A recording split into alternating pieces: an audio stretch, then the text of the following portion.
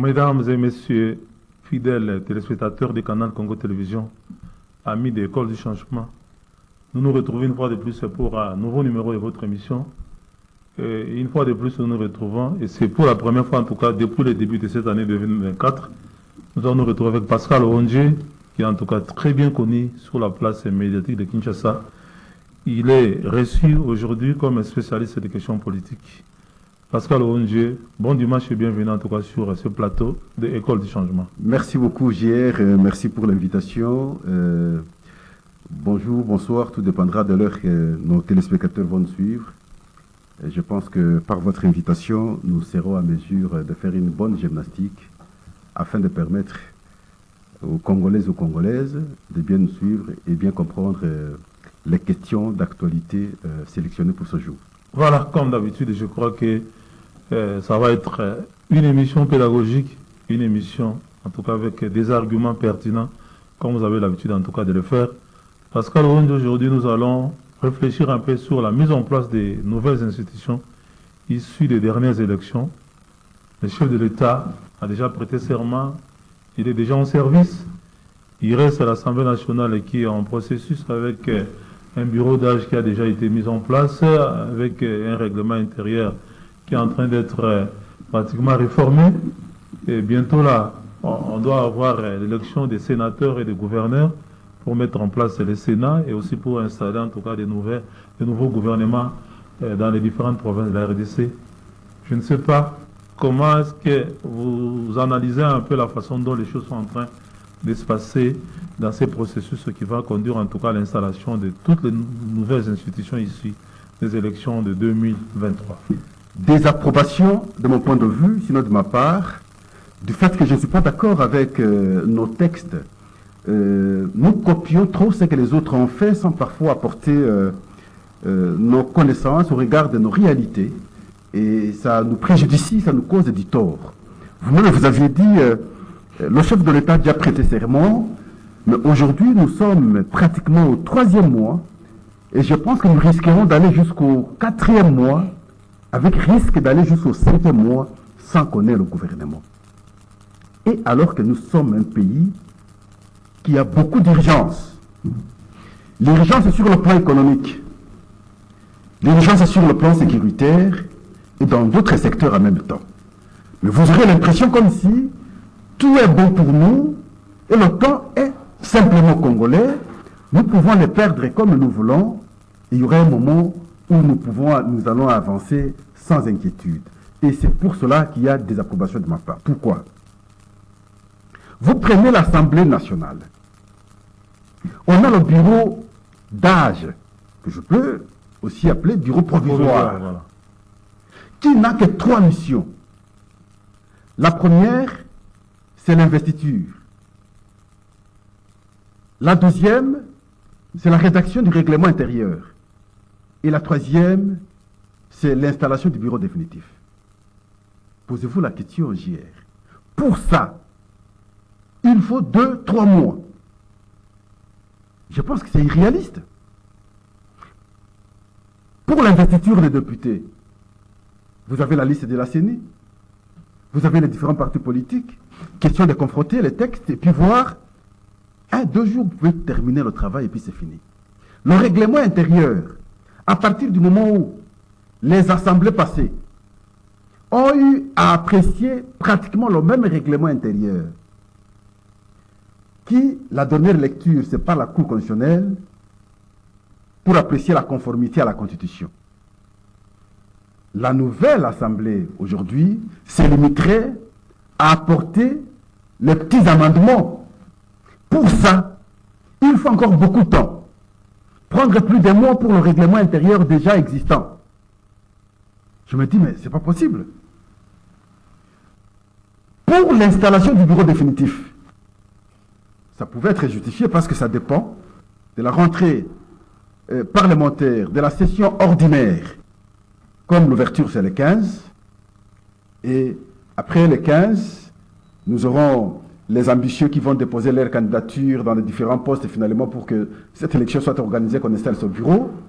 Mais substantiellement, vous allez comprendre que la manière dont nous avons conçu nos textes nous consomment du temps inutilement. Si au moins, à partir du moment où le chef avait prêté serment et qu'on pouvait aller vite et rapidement, à ce jour, on aurait déjà des installations. Bon, qu'est-ce qui est en cause, Pascal Ouanje? Ce sont les règles du jeu préétablies ou c'est le comportement des animateurs qui ont en tout cas l'habitude il y a les règles. De se donner beaucoup de temps? D'abord, les textes que nous avons, parce que même lorsque j'entends certaines personnes dire mais il faut telle personne parce que par le passé. Et par le passé, qu'est-ce qu'ils ont apporté? Regardez les textes. Ils ont copié quelque part, ils essaient de l'adapter chez nous sans tenir compte de nos réalités. La conséquence, ça crée de l'incompatibilité et le fonctionnement pose problème. C'est autant aussi avec le comportement des animateurs. Et ce qui se passe à l'Assemblée nationale, vous allez vous rendre compte qu'ils s'entendent pour prendre du temps et gagner un peu d'argent pour justifier le travail. Et on consomme le temps inutilement. Pour le règlement intérieur, vous allez faire plus d'un mois. Moi, je pense que 2-3 jours, c'est suffisant. 2-3 jours, c'est suffisant et puis on avance. À ce jour, on aurait vous avez dit que nous faisons souvent du copier-coller, nous copions ce qui se fait ailleurs, mais ailleurs, par exemple en France, parce qu'on sait que notre constitution est calquée surtout sur le modèle français aussi, mais là-bas, quand le président prête serment, directement, un nouveau Premier ministre est nommé, mais c'est comme ça que nous devons avancer. Tout fonctionne. Regardez, même au niveau de l'Assemblée nationale, par exemple, ça ne traîne pas comme ici. Même au Sénégal. Vous allez voir le Sénégal. On parle déjà des élections, je pense, c'est au début du mois d'avril ici, les 2 au Comores. Mais quelques jours après, vous allez voir, ils auront le Premier ministre, le gouvernement rapidement, probablement avant nous. Alors qu'ils n'ont pas assez d'urgence comme chez nous. Nous avons beaucoup de problèmes. Mais curieusement, nous allons comme si des gens qui n'avaient aucun problème. Mais dans ces conditions, c'est défavorable pour nous-mêmes. Et je plaide qu'on prenne conscience, qu'on comprenne que nous devons aller vite. À ce jour, il y a urgence de pouvoir asseoir les institutions parce que les défis sont énormes et les conditions de vie des Congolais qui sont à l'Est et à travers le pays sur le plan économique posent problème. Mais au-delà, par exemple, de l'Assemblée nationale dont vous avez parlé, mais il y a aussi, par exemple, au niveau pour la mise en place du gouvernement, mais pour l'informateur, identifier une majorité qui existe déjà, est-ce que ce n'était pas un travail inutile selon vous, Pascal Ouanje? Ça se ferait aussi rapidement. Cette majorité existe déjà. Ça se ferait aussi rapidement. J'avais salué à son temps le travail qui a été pondu rapidement par l'honorable Augustin Kabouya, oui. Parce que le délai, c'est 30 jours, une fois renouvelable. Mais il avait fait 2 semaines, ça veut dire 14 jours, il avait déposé le rapport. On lui a accordé encore autre temps pour compléter l'autre travail. On a parlé que cette fois-là, c'est le travail que le formateur ferait, qu'il est en train de faire. À son niveau, en toute réalité, étant donné que l'Assemblée nationale ne s'est pas encore adaptée à pouvoir comprendre les urgences, de ce côté, même si on sortait le Premier ministre aujourd'hui, le gouvernement va traîner du fait que le bureau définitif de l'Assemblée nationale n'est pas installé. Parce que ne peut investir le gouvernement que le bureau définitif de l'Assemblée nationale. Au moment où nous sommes en train d'échanger, la rentrée parlementaire, c'est les 15. Après les 15, sûrement, nous aurons l'étape des dépôts des candidatures, le temps qu'on échange, qu'on voit qui on doit envoyer, et après la campagne, l'élection, l'installation, et le temps de maîtriser un peu le bureau. Et c'est simplement plus tard qu'on va maintenant voir comment investir le gouvernement. Et donc, probablement, vers le mois de mai, mois d'avril, vers fin avril. Est-ce que vous imaginez combien on perd le temps? Mais quel remède en tout cas non, le remède adopté, par exemple, pour essayer un peu de booster la mise en place. Le remède, c'est faire qu'on n'ait pas suffisamment du temps comme ça à gaspiller dans les processus conduisant à la mise en place des institutions ici des élections. Que prochainement, déjà d'ailleurs, pendant ce temps, qu'on soit en mesure de revoir certains textes, surtout au niveau de l'Assemblée nationale. Que prochainement, on ne soit pas dans ce stade de perdre le temps simplement parce qu'il faut suivre ces procédures qui, en principe, c'est vrai, dans 2-3 jours, et on prend des mois et des jours, des mois et des mois à l'Assemblée nationale. Et si on comprend cela, ce sera alors le vrai remède pour que rapidement, lorsqu'on sort des élections, les institutions puissent s'installer et voir comment résoudre les problèmes au pays et puis avancer. Bon, Pascal Ouanje, nous parlons du gouvernement, Bientôt, là, ce gouvernement sera mis en place des mois après demain. Ça, c'est acquis, quelles que soient les tergiversations. Bon, selon vous, quelles doivent être en tout cas les priorités de ce nouveau gouvernement à mettre en place, selon vous, Pascal Orange? D'abord, on part du Premier ministre. Il faudrait que le chef de l'État tienne compte sur son personnage. De mon point de vue, du point de vue de Pascal Orange, le Premier ministre doit être quelqu'un qui maîtrise la question de l'Est et la question économique. La question de l'Est, il doit être à mesure de revisiter les différents textes que nous avons signés contre ceux qui nous font toujours la guerre. De savoir situer le rôle du Rwanda sur cette question. Vous allez vous en souvenir lorsque nous sortions de l'indépendance. Notre Premier ministre, héros national, Lumumba, nous a dit que la Belgique veut balkaniser son pays. À l'époque, Lumumba n'avait pas parlé, le Rwanda avait balkanisé le pays. Donc, cette conception, ce vouloir nous mettre dans un état d'affaiblissement provient de ces instances-là. Il faut un Premier ministre qui sait naviguer dans les temps, comprendre cela. Et lorsqu'il aura compris, et c'est à ce moment-là que ses agirs seront ajustés par rapport à la compréhension de la question. Il doit être en mesure de revisiter tout ce que nous avons signé comme accord, que ce soit avec le CNDP, que ce soit avec le M23. Je vous ai toujours parlé, CNDP, nous avons signé l'accord le 23 mars 2009. Il faut savoir visiter ces accords-là, les clauses qui ressortent de ces accords. Il faudrait être en mesure de comprendre également l'accord que nous avons signé le 14 février 2013, l'accord de paix d'Addis Abeba, et nous avons la commission de suivi qui est sur place ici. Il doit être en mesure de comprendre également l'accord signé le 11 novembre 2013 à Kampala, et aussi les 3 déclarations signées le 12 décembre 2013 devant le secrétaire national des Nations Unies à Nairobi. Il doit savoir revisiter et voir ce qui a énervé les Congolais à son temps et qui énerve la population à ce jour. Il doit comprendre également à situer telle est la communauté congolaise, telle autre n'est pas la communauté congolaise. C'est la confusion que nous avons à l'Est. Si on a un Premier ministre qui sait comprendre la question de l'Est, la question des guerres de cette manière, ce serait une bonne chose.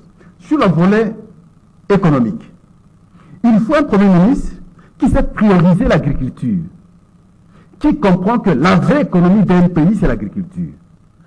Un pays qui ne produit pas ne saura jamais équilibrer son économie. Le ministère de l'économie ne vient qu'au second plan pour définir. Et donc, il faut l'agriculture, mettre l'accent sur l'agriculture. Concevoir une politique de production interne. Parce que quand vous regardez aujourd'hui ce qui se passe au ministère de l'Agriculture, vous allez vous poser la question, ça a été pour quel fait avoir nommé un ministre de l'Agriculture? Et donc, il faut qu'on priorise au besoin rendre son ministère vice-primature. Deuxièmement, il faut que le Premier ministre qui viendra comprenne que, parce que le chef de l'État avait parlé de millionnaires congolais, il doit faciliter le commerce interne, le commerce national, ou le commerce des nationaux, pour permettre que la vente en détail soit réservée, comme dit la loi, uniquement pour les nationaux. Et c'est de cette manière que nous allons maintenant protéger en même temps notre économie. Troisièmement, le prochain Premier ministre doit comprendre qu'il doit mettre l'accent sur le ministère de commerce extérieur. C'est ce ministère qui joue l'interface.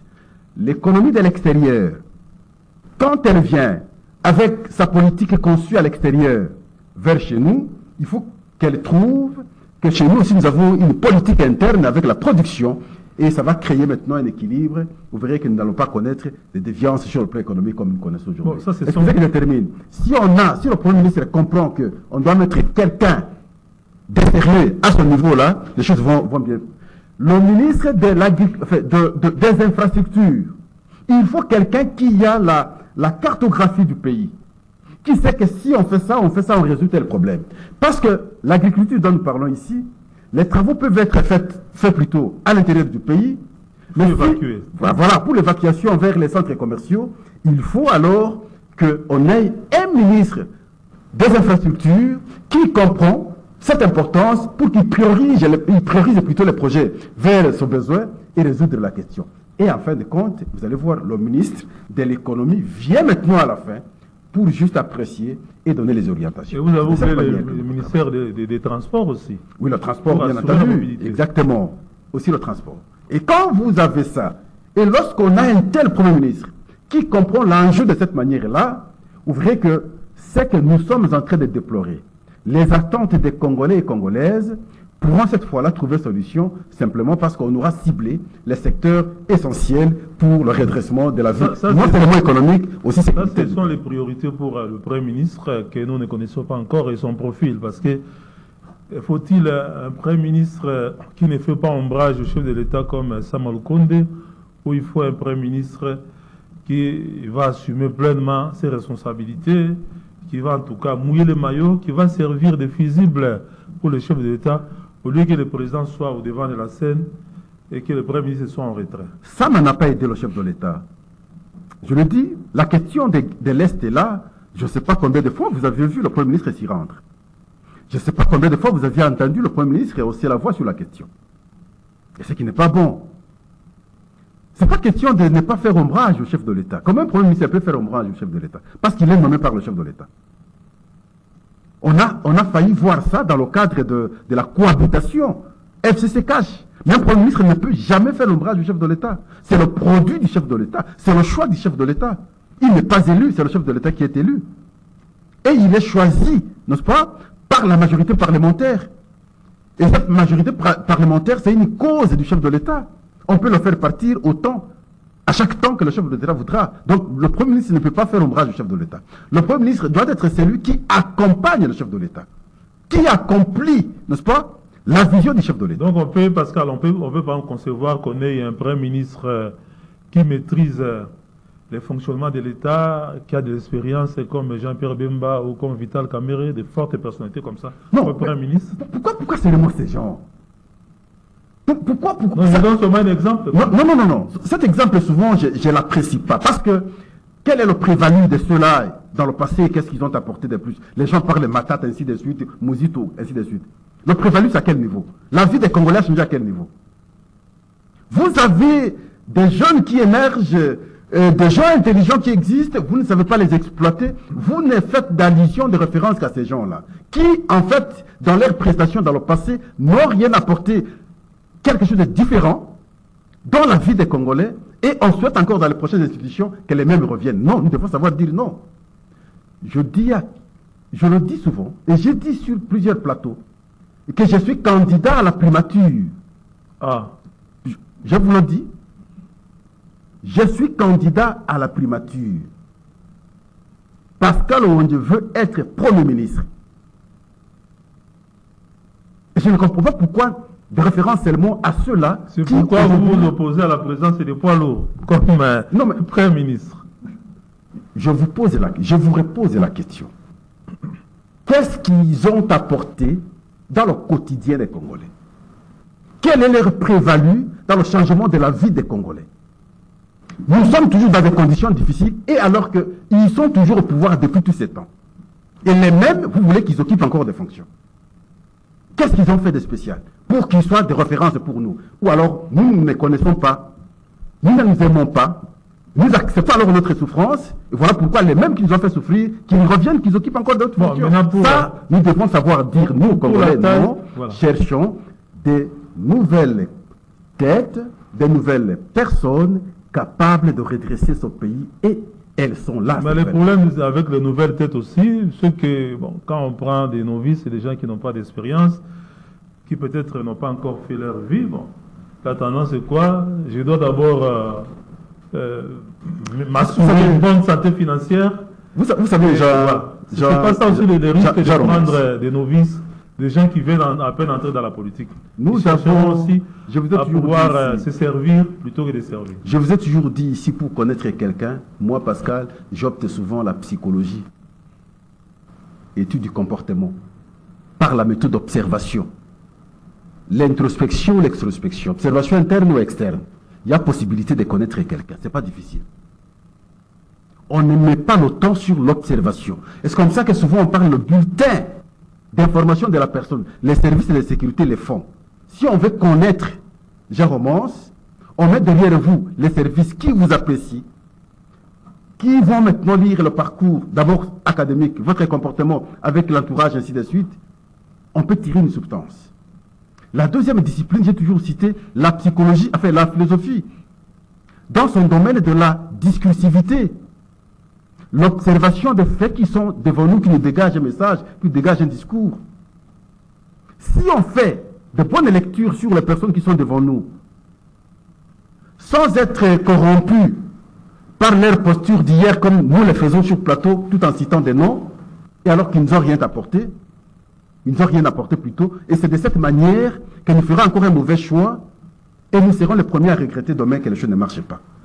Avec la nouvelle génération qui monte, question qu'on fasse cette observation auprès d'eux, et il y a possibilité de dénicher les meilleurs d'entre nous et les responsabiliser. Et je crois que vous verrez qu'ils vont produire quelque chose. Maintenant, là, pour l'attribution des postes au sein du gouvernement, par exemple, faut-il répéter la même formule des poids politiques du parti? C'est là que je refuse. Avec les fameux partages équitables. Je m'oppose, Jean Romance. Je m'oppose parce que ça ne peut pas être une condition pour le choix des meilleurs pour composer le gouvernement. Donc, vous devez avoir 10 députés pour avoir un ministère.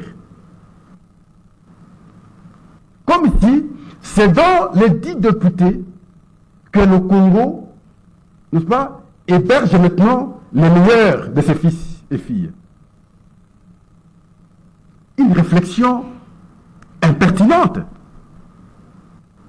Mais ceux qui n'ont pas de députés, qui ne sont pas dans les regroupements là, et qui sont meilleurs, on fait quoi d'eux?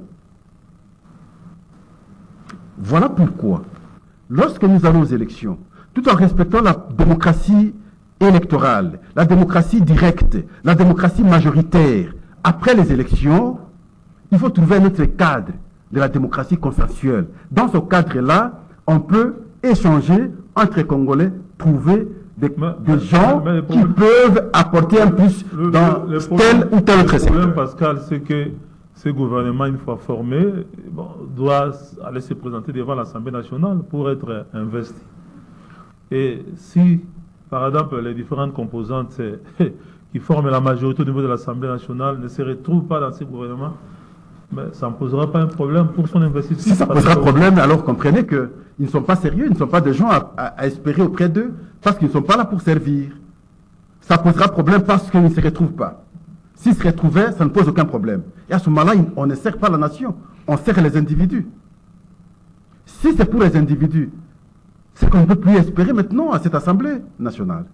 Si c'est pour la nation, ils doivent être à mesure de faire des concessions, comprendre qu'il s'agit de la nation. Dans la nation, il y a des politiques, il y a des non-politiques. Il y a ceux qui sont au Parlement, il y a d'autres qui ne sont pas au Parlement. Et c'est l'ensemble de ce choix meilleur-là qui fera qu'on ait un gouvernement qui peut conduire les choses au pays et apporter un changement. Maintenant, nous sommes au dernier mandat du chef de l'État. Mais on n'a pas droit à l'erreur. Si ces impératifs politiques doivent continuer de l'Assemblée nationale pour qu'on impose au chef des gens qui ne méritaient pas l'agglutiner, et en fait, quand on aura quoi? Nous allons cresser encore les dents. Nous allons encore pleurer. Et cette fois-là, ce sera déjà tard. Et d'ailleurs, il faut des signaux forts. Dès la première année, même si nous sommes en train de déplorer que les 4 mois sont en train d'être écoulés comme ça, sans qu'on produise quelque chose d'essentiel. Dès la fin de la première année, il faut des signaux forts qui puissent imprimer le changement, l'autre manière de faire les choses, qui puissent apporter ne fût-ce qu'un petit espoir auprès de la population. C'est ce qu'il faut, et pour cela, on ne peut pas rester dépendant des députés nationaux qui sont dans la posture politique pour le positionnement personnel. Pascal, je rappelle à ceux qui nous suivent que nous sommes en train, en tout cas, de plancher avec vous sur la mise en place des institutions issues des dernières élections. Et vous êtes, en tout cas, spécialiste des questions politiques. Bon, Pascal, restons un peu dans ce gouvernement. Maintenant, concernant la taille du gouvernement, doit-on continuer à avoir un gouvernement élephatesque ou faut-il, par exemple, aujourd'hui, au nom de la réduction du terrain de vie de l'État, avoir un gouvernement avec un nombre de membres réduit? Je n'en fais pas un problème, moi. Je n'en fais pas un problème sur la taille. Pour bien faire les choses, ça n'a rien à voir avec la taille. On peut avoir 60, on peut avoir 30, on peut avoir 40, on peut avoir 50, rien ne change. Et ce n'est pas le peu qu'on paye au ministre là et à son cabinet qui freine le développement. Le développement, c'est d'abord la volonté, c'est la vision, c'est la matérialisation, c'est l'exécution, c'est le choix qu'on doit opérer qui est essentiel. Je vous ai proposé ici le choix de l'agriculture. C'est un choix essentiel. Vous pouvez avoir peu de ministères, même 4, même 5, même 10. Si vous ne priorisez pas l'agriculture, vous n'allez pas résoudre le problème. Dans le contexte actuel, vous pouvez avoir 5, 10, 15 ministres. Si vous n'avez pas un bon ministre de la Défense qui comprend les enjeux de la guerre et des questions régionales, africaines, mondiales, substantiellement internationales, on ne résoudra pas le problème. Donc il faut le choix, un meilleur choix. Le nombre m'importe peu. Mes questions contiennent compte de secteurs qui sont sensibles, sinon importants à pouvoir être priorisés pour aider les Congolais à bien respirer. Oui, dernière préoccupation pour qu'on change un peu des registres. Il n'y a pas que le gouvernement. Il y a bientôt là, on va organiser les élections des sénateurs et des gouverneurs. Mais Pascal Ronge, pour une élection indirecte, est-ce qu'on peut vraiment avoir un long et fastidieux processus? C'est à maintes reprises qu'on change des dates, qu'on reporte. Est-ce que vraiment ça vaut la peine? Par exemple, vous avez une assemblée de Kinshasa ici avec Obama, supposons 48 députés provinciaux. On ne peut pas les réunir dans une salle de plénière avec quelques papiers duplicateurs découpés et on élit un gouverneur. Il faut vraiment tout ce processus, toute cette longue procédure, Pascal Ronge. J'aime vraiment votre flair. Vous êtes pointu. Je pars du postulat tel que tous les gouverneurs, tous les sénateurs sont des corrupteurs. Ne me regardez pas. Ça, c'est par expérience. Par expérience, depuis que nous avons organisé les élections en 2007, des sénateurs, des députés provinciaux et des gouverneurs, tous ont été des corrupteurs et des corrompus. Nous avons organisé pour la deuxième fois en 2019, je crois, parce qu'après les élections de 2018, c'est la même chose. Et cette fois-ci, avec les échos que nous avons, ça semble être pire. Et heureusement que la CENI m'a suivi, parce que j'ai monté au créneau pour dénoncer cela. Je l'ai vu prendre une mesure, mais comment la CENI va faire en sorte que c'est la justice qu'on empêche les députés provinciaux et les candidats d'organiser leur marché habituel? Ne rions pas, genre, vraiment, c'est sérieux, parce que les assemblées provinciales sont des corrompus. Les gouverneurs et les sénateurs sont des corrupteurs. Un gouverneur qui a corrompu, demain, il est gouverneur dans son entité. Et vous allez lui demander de combattre la corruption. Vous n'allez pas résoudre le problème. Les députés provinciaux qui ont été corrompus, et vous demandez qu'ils prennent des édits contre la corruption. Mais ça ne marche pas. Dans leur utilité, dans leur interne, dans leur fond, ils vont se reprocher, ils vont se dire, mais qu'est-ce qu'on fait? Parce que nous-mêmes, nous sommes dedans. Donc les députés provinciaux considèrent que l'élection des gouverneurs et des sénateurs, c'est une occasion d'avoir l'argent, de rentrer dans leurs frais. Au lieu de faire le choix, faire un retour sur investissement. Au lieu de faire le choix sur les meilleurs, ce sera une occasion pour eux d'avoir l'argent. Avoir l'argent par la corruption. Nous avons une grande ville comme Kinshasa, notre capitale, au miroir de notre pays. Vous ne faites pas un choix sur un bon gouverneur.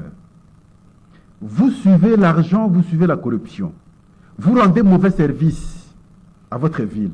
Et demain, elle reste dans cet état aujourd'hui qu'elle est. Est-ce que vous aurez servi la nation? Mais Pascal, pour Kinshasa par exemple, on a noté que l'Union sacrée qui est majoritaire a déjà indiqué Daniel Boumba avec... Mais je dois vous informer et on a suivi les candidats gouverneurs de l'Union sacrée passer sur Top Congo par exemple, pour ne pas citer cette chaîne. Il a bien expliqué sa vision, il a expliqué tout ce qu'il compte faire. C'est quand même un bon signe de voir comme ça un candidat gouverneur. C'est très bien. Qui explique. J'encourage. J'ai été la fois passée avec une dame aussi, Mamie Moujani, oui. Mamie Freebox. qui a expliqué également sa vision. Elle était sur Stop Congo, je l'ai suivie. L'unique femme face à plusieurs hommes qui explique comment, une fois si elle est gouverneure, par où elle va commencer, qu'est-ce qu'elle va faire. C'est à l'occasion que j'ai été surpris. Vous l'avez découvert? Oui, c'est sur Top Congo. Qu'elle est présidente des femmes entrepreneurs, qu'elle s'est spécialisée au développement social et communautaire. Elle se bat sur l'assainissement, ainsi de suite. Elle a des initiatives qu'elle avait déposées auprès du gouverneur sortant ici, Ngobila, et qu'on n'a jamais exploité. Lorsque je l'ai entendu sur Top Congo, je me suis dit, mais c'est une chance qu'on peut aussi accorder. Parce que nous avons connu les hommes. Nous avons vu André Kimbuta pendant plus de 10 ans. Nous venons de voir maintenant Ngobila pendant 5 ans. Mais la ville est toujours dans des conditions très déplorables avec la gestion des hommes. Ne pouvons-nous pas essayer aussi avec une femme comme nous avions eu Mamadou Ndiambomba son temps? Parce que c'est 40 ans depuis qu'on avait connu. Bon, en tout cas, la balle, c'est une proposition. La balle se trouve. C'est au niveau des députés provinciaux, voilà. Pas à nous. Mais c'est juste pour dire que lorsqu'on a un bon projet et qu'on essaie d'apprécier également la personne qui présente son projet dans son comportement, est-ce qu'elle sera en mesure, une fois qu'elle a le pouvoir, la personne, de gérer la province avec efficience? C'est là que les députés provinciaux peuvent faire le choix, parce que leur choix va aider finalement, va nous aider nous autres. Un mauvais choix des députés provinciaux dans le cadre de la ville, ce sera alors un autre calvaire pour nous autres. Parce que vous ne pouvez pas comprendre. Vous êtes ici. Pour arriver au bon marché, il n'y a pas route, Jean Romance. Aucune route, hein. J'ai battu campagne, vous êtes à Kingaboa. Kingaboa avait pas longtemps ici le vice-gouverneur et ainsi de suite. Aucune route. Vous avez un véhicule, vous ne savez pas entrer à Kingaboa. Aucune route. Aucune entrée praticable. En dehors de l'entrée TP. Mais si vous avez de tels gouverneurs, ça sert à quoi en fait?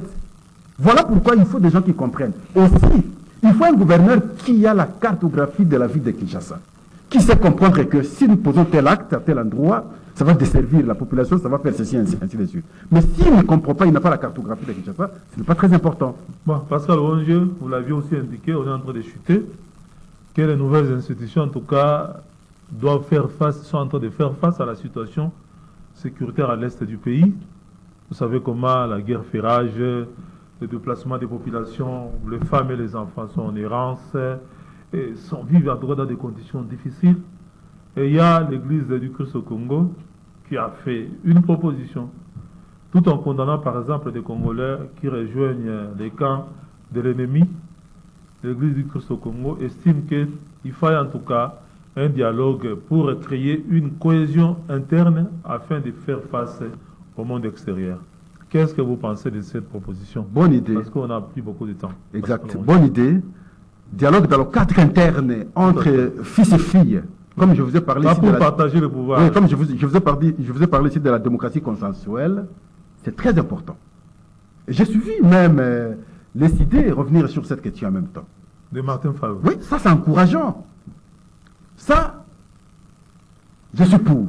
Mais je suis contre le dialogue qui va consister à échanger avec le M23 et le reste. Pourquoi Jean Romance? Avec ce dialogue-là, ce sera une manière d'intégrer encore les infiltrés dans nos institutions, en politique, dans notre armée, dans les services de sécurité, ainsi de suite.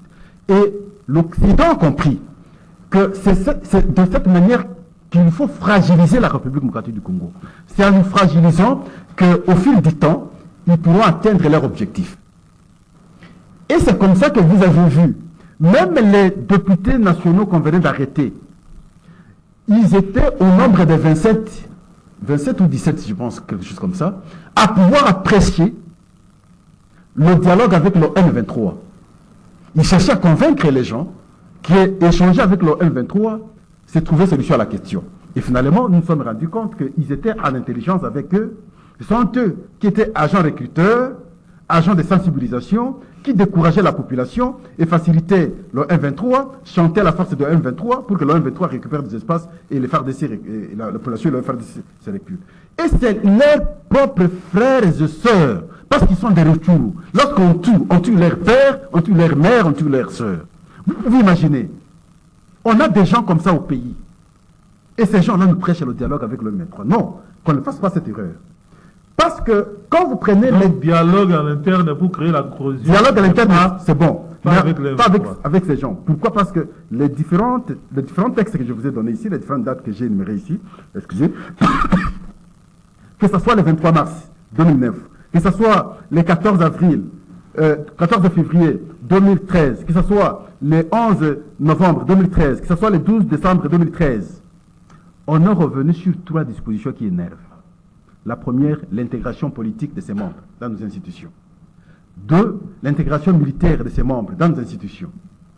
3, le retour des réfugiés congolais au pays, qui sont au Rwanda. Et 4, la création d'une zone commerciable à l'Est.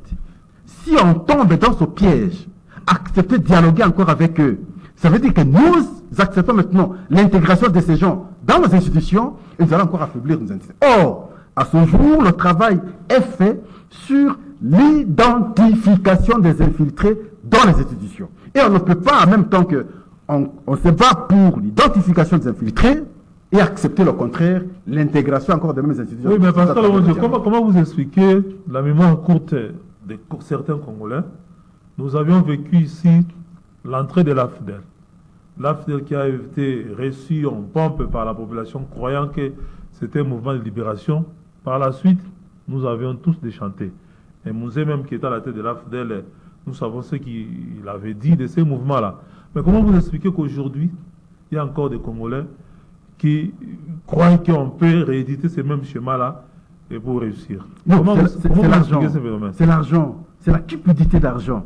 L'argent pour argent inutilement. Les gens sont corrompus. Je vous informe que le roi... Il y a que l'argent ou il y a aussi des frustrations, par exemple? Non. Pour avoir échoué. Mais frustration, c'est à quel niveau? Vous êtes là, Jean Romance.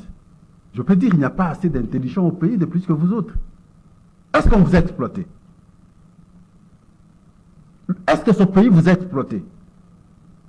Les gens que vous estimez qu'ils peuvent revenir occuper tel ministère, tout ça, face à vous, est-ce qu'ils ont votre degré d'intelligence? Ils n'ont pas votre degré d'intelligence. Est-ce que le pays vous a exploité? Non. Est-ce que vous êtes frustré? Est-ce que vous êtes prêt à prendre les armes? Vous gagnez quoi?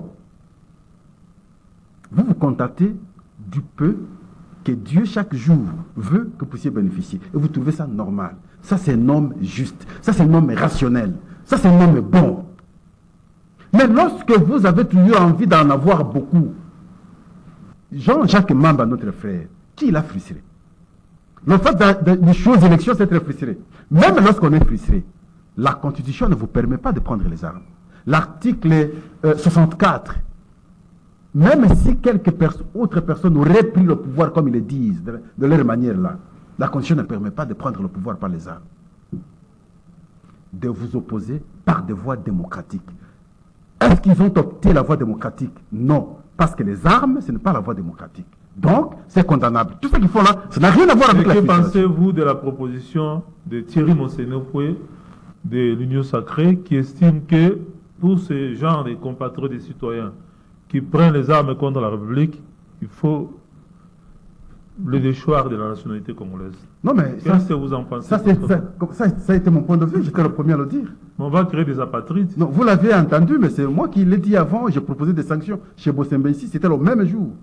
Mais on va créer des apatrides? Non! Vous prenez les armes, tuez vos propres frères.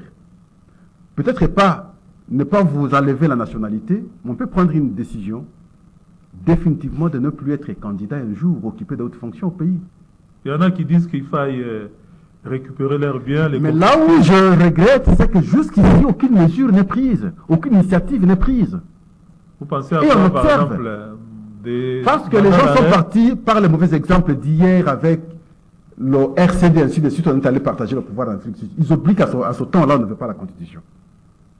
Les gens prennent le deuxième exemple avec Roger Lumbala, lorsqu'il est allé au RCD, finalement il est revenu, il a encore eu le pouvoir avec Joseph Kabila.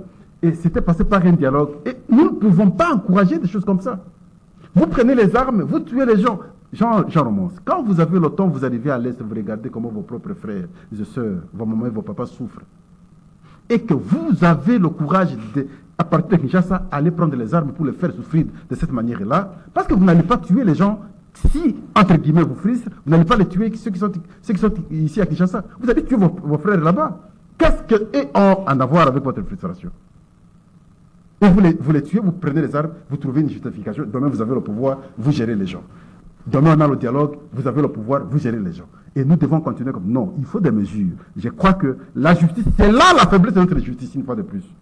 Des cas flagrants comme ça, aucune initiative judiciaire n'est prise. Il faut initier des sanctions. Vous listez les Congolais qui ont posé un tel acte. Vous dites par exemple, plus jamais il n'aura de poste. Plus jamais ne sera candidat. Et ça va décourager les autres. Mais on observe les choses comme si les actes qu'ils posent sont meilleurs. Ça me choque. Et Pascal, on est à la fin, 60 secondes, en tout cas, votre monde conclusion, parce que nous bouclons la boucle. Nous avons les institutions bientôt, et nous avons déploré que le retard sur l'installation n'est pas favorable, encore que nous sommes un pays à plusieurs urgences. Les institutions qui vont s'installer demain devront être animées par des personnes à caractère moral, en tout cas constaté, avec une intelligence distinctive. Et nous faisons partie. Nous ne voulons pas revenir sur les mêmes figures qui nous ont rien produit hier, que ce soit à la primature, que ce soit ailleurs. Et Pascal dit, il mérite d'être Premier ministre parce qu'il répond dans tous les critères possibles. Et si pas Premier ministre, pas seulement Pascal, il y a d'autres Congolais qui sont comme Pascal aussi, à pouvoir occuper d'autres fonctions comme ministre dans nos institutions. Et c'est de cette manière que nous qui avons la vision du chef de l'État, nous allons tout faire pour redresser les choses et faire avancer les choses. Nous n'allons plus accepter de revenir sur les mêmes figures là, parce que hier au pouvoir, ils n'ont rien fait, aucun prévalu, aucune distinction pour qu'on se réfère aujourd'hui à eux. Ok, merci beaucoup pour cette ambition légitime, mais le dernier mot appartient à celui qui a le pouvoir discrétionnaire de nommer et le Premier ministre et les membres du gouvernement. Merci Pascal Rongier d'être en tout cas passé sur ce plateau des codes de changement. Merci à tous ceux qui nous ont suivis. Rendez-vous est pris prochainement pour un nouveau numéro de votre émission. Dans l'entretemps, restez branchés sur le programme de Canal Congo Télévision, votre chaîne. Bye. Merci.